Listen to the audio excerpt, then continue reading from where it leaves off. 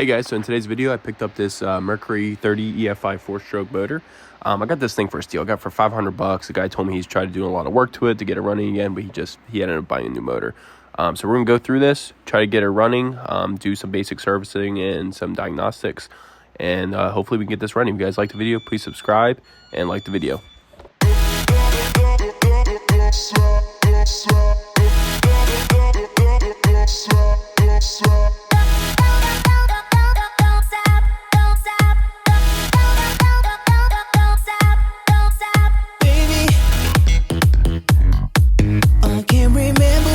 Very first thing we're going to do is do a compression test. We'll remove all these spark wires and remove the spark plugs.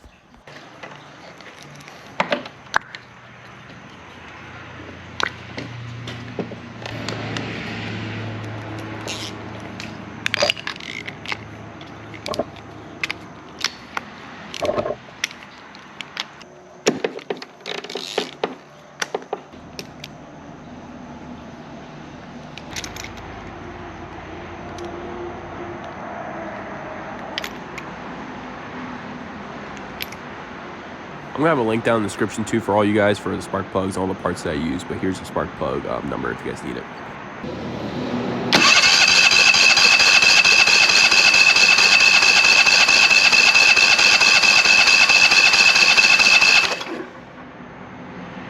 So we got 205 on the first cylinder.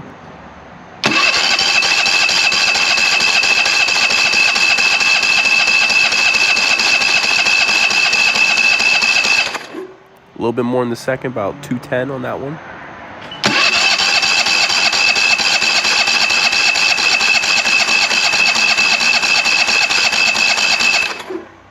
And then same thing for number 3, about 215 for that one, about 210, 215.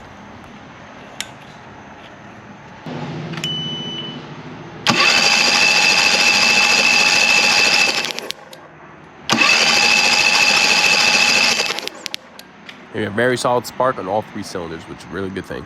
So I already have a very good idea what's wrong with this engine before I even had to jump into it, just from me talking to the guy. I think there's something wrong with this VST tank, but I'm going to show you guys kind of how to diagnose it and trying to figure that out. So just so you guys know, there's a little nipple here, so you can hook up a fuel pressure regulator. But first thing we do is going to fire up this engine, and I'm just going to see what it does, and that way it can help you determine how to diagnose and where to go from this point.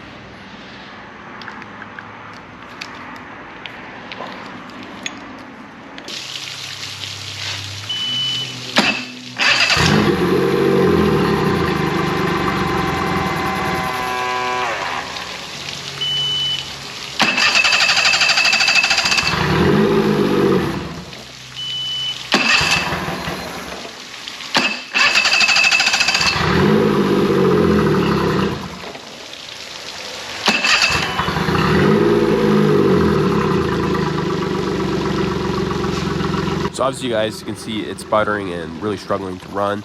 And that's going to be primarily because of the VST tank most likely. So you can see here, I'm going to keep squeezing this ball and I can keep the engine alive. That tells me that this is a fuel issue that this engine is having. Since I'm forcing fuel into the engine, that's the only reason why I'm able to keep it alive for so long. If I didn't do this, the engine instantly shuts off. Okay, so now we're here on the side of the VST tank. So you can already see I have my little gauge hooked up. It's a fuel pressure test. Just don't lose the cap to the nipple that goes on here. So what we're going to do is basically on most of these engines, you should always have fuel and pressure coming through it. And that's how these engines stay alive, especially when they're ECM controlled. So most engines, they'll roughly be around 40 PSI for pressure. If you don't see that, you have a problem with your high pressure pump. So first thing I'm going to do is bleed this out. So you can see I do have fuel in this VST tank. But I'm going to tell you right now, the only reason that's probably there is because I was forcing gas into it when I was priming up the ball. So we're going to key it on. And also, you should always be able to feel the fuel pressure, the high pressure pump in the VST tank. Right now, you don't hear on key up or on start up. And you see here, I'm trying to fire it up. You're getting no fuel pressure at all. It's going to tell you basically that your fuel pressure pump's not working inside the VST tank. And that's where our issue is. You can see, again, I still have fuel in here. It's just not building up the pressure it needs for the engine to continuously run. So what we're going to do is take off this VST tank, dig in it, and see what exactly is going on with it. And that's more likely our issue. Okay, so all we're going to do now is basically remove this VST tank.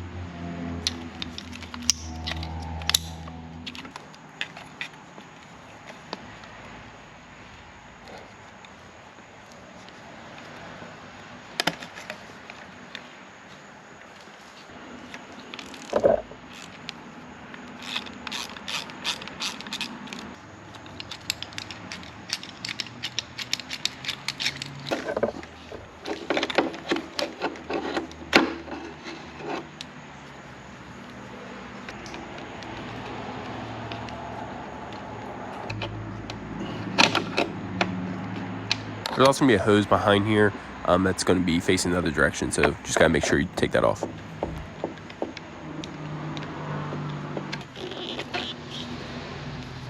So basically now that we got the VST off, we're just basically going to split it open it up and see what's going on inside of it. So I got this split open in our AC where our problems are happening. So this guy told me he had this open before, so you can clearly see. So he installed the float and the needle backwards. So right now the float and needle can't work. It's basically almost exactly like a carburetor. If this is completely closed shut, it's not allowing fuel to basically come in and come out through the VST tank. Here we're just testing the fuel pump because one of the spade connectors was pulled out, so it wasn't powering up the fuel pump. We just want to make sure it works. So obviously this is the fuel pump. So basically this spade connector was pulled out, now powering up the fuel pump. That's why we weren't getting fuel pressure basically. Also you can see here this nipple is completely stuck in here. It should not get pulled out of the fuel pump. So that could also be part of the issue, but just wanted to show you guys this before I start assembling everything. Also see here, this is the fuel pressure regulator, and the screen is completely clogged. So we just replace it with this brand new one, and that way, we're not having fuel clogges going on. So I got everything back together. Just kind of want to show you guys it. So obviously this is where the fuel pump will sit, and we got a new base gasket. But you can see here now the float and the needle are actually working the way they're supposed to be working. So I guarantee this is probably what the issue was for this guy. I'm sure this engine is going to run perfectly fine. So I just got the VST tank back onto the engine. I can see I got still, make some connections and stuff. But I just want to show you guys this. So basically, when you have your hand on this, you should even be able to hear it. So when you hit the first key on, you should be able to hear it and physically feel it turn on. So you can see here, once I key it on,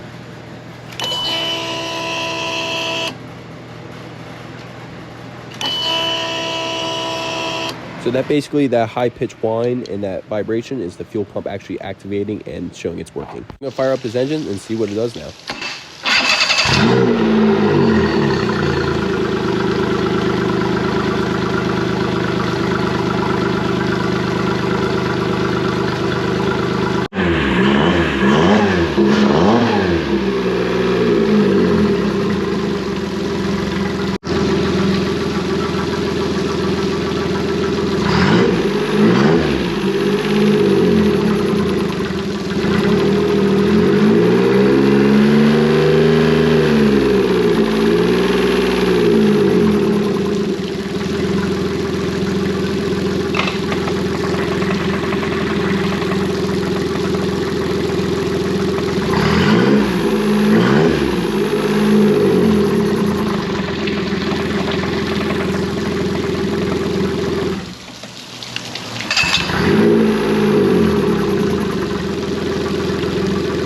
So the motor sounds, it runs great now. You can clearly see it's pumping really strong water, so we're probably not going to do a water pump on this. So now that this engine's running really well, what I'm going to do is just go through the maintenance, like oil change, filters, and stuff like that. Next thing we're going to do is an oil change on this motor. So all we're going to do is break open that drain screw right here and basically let the engine drain out. And then we're going to be replacing the oil filter located up here as well. But first we're going to do is drain out the oil in the pan.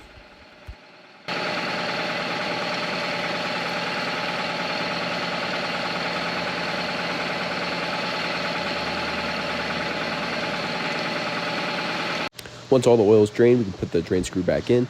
But just if you're able to, get a new washer for your drain. You don't always have to replace them, but it's always kind of a good thing to replace them. So just stick that in, and then we can jump on to our next thing by removing the oil filter.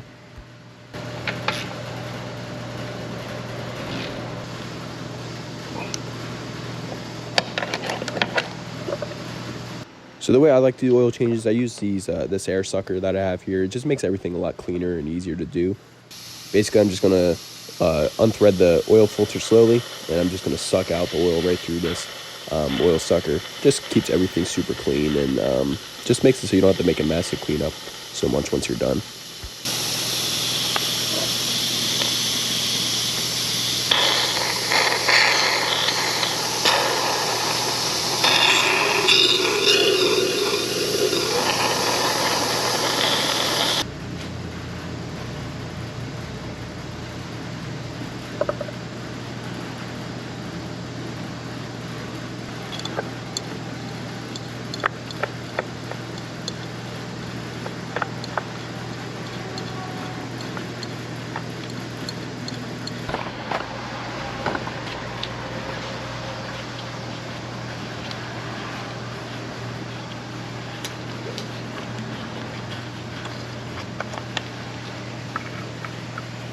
Every four-stroke engine will tell you how much oil it needs somewhere on the engine. So on this one, it's on top of the flywheel cover. But so here you can see we're going to use the 1030 instead of the 2540, and it's going to be about 3 liters or 3 US quarts of oil.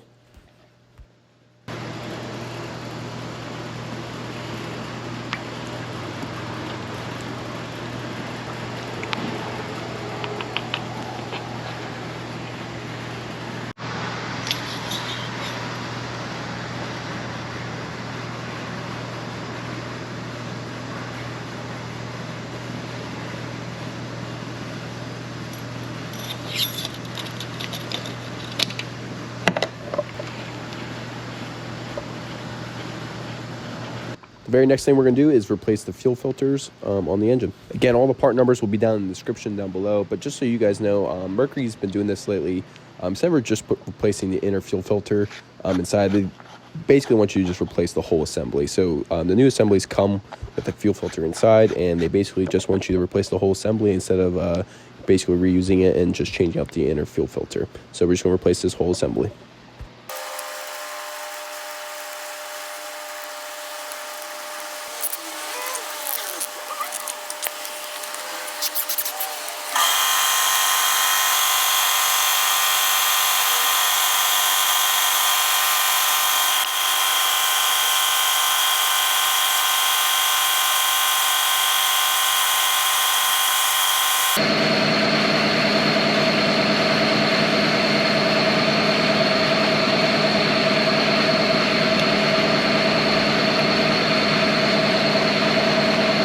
Just throw 2 new zip ties then on the fuel lines. Now these are probably the hardest fuel filters you'll have to replace in the marine industry. I don't know why Mercury designed them like this. So basically down here, you can't really see it because they put this black cover around it. But under the spark plugs, there will be an inline fuel filter basically inside of this black sheathing. So we're going to replace this. A lot of people miss this and don't even know that's here. So we're going to replace this fuel filter. And here's the part number and the fuel filter once you get it in.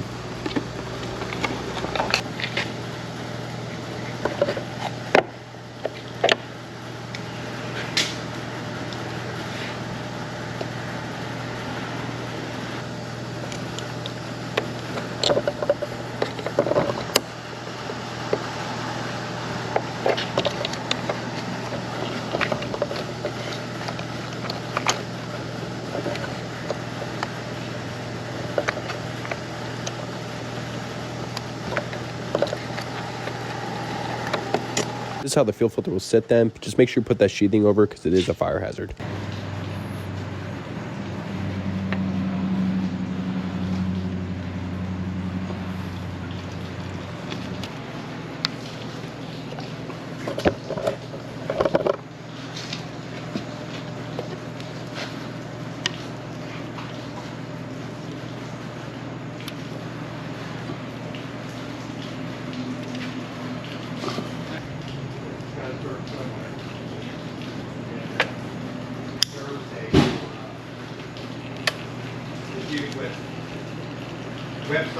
For anyone who doesn't know, this is how you fill up a lower unit on engines. Fill from the bottom until you see it come out of the top.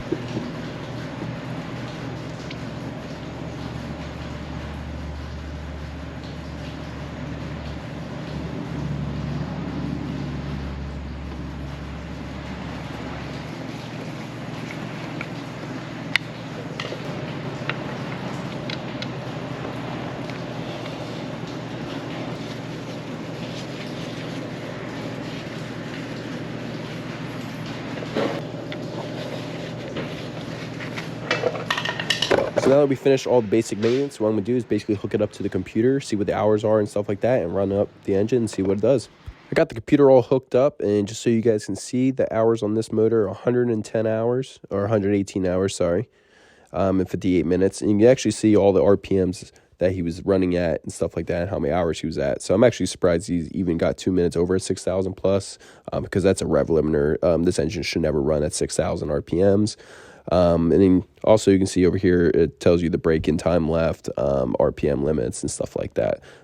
Which is kind of nice about these engines. Since they're ECM controlled, you can plug into them and see everything you need to see. I also can do is a live ECM data while the engine's running. It's going to tell me exactly all the stuff that's going on with the ECM. So that's basically what we're going to do. We're going to fire up this engine, look at the live ECM data, and see exactly what this engine's doing while this engine is running. And you can see here, it shows you all gauges and stuff like that. It's just a really nice tool to have if you're in the marine industry or you're doing these kind of engines.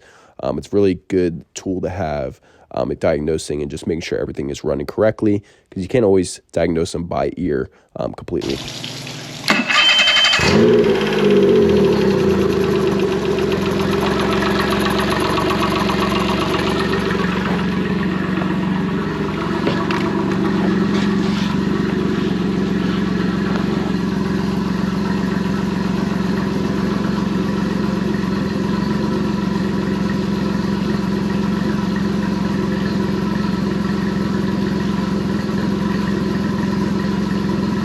Just to point out a couple things to you guys, so you can see here we got our battery volts. We can see it's actually charging. This battery was a little low, but it is charging it up.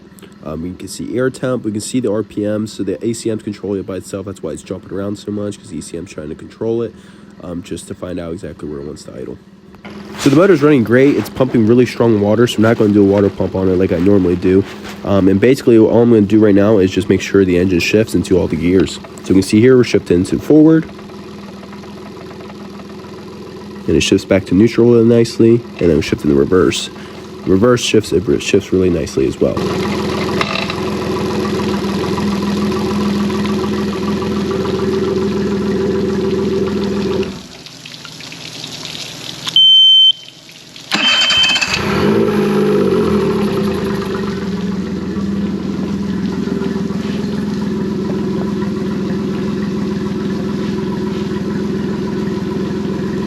What I can also do with this computer once it loads, so basically this is if there's any active fault, it would show up right here. Bunch of all these words right here just telling me what some of the faults that could be, if there were faults. This engine has no current faults at the moment. So we see it tells us all of our ignition, our injectors are okay, our fuel pump's good, everything like that's good. And like I said, there is no active faults for this engine at the moment, or I don't see any faults coming in the future for it. If you ever needed to, if you guys are a marine technician, you can always erase the faults, but if the issue is there, it will always come back. The fault won't just disappear. You can't just erase the code and it'll just disappear. The code will come up again. But again, the engine runs great, and I don't see anything else that we kind of really need to do. Okay guys, so that's pretty much going to bring an end to this video. I'm just going to do a quick little overlook on the engine after me cleaning it and getting it looking real nice.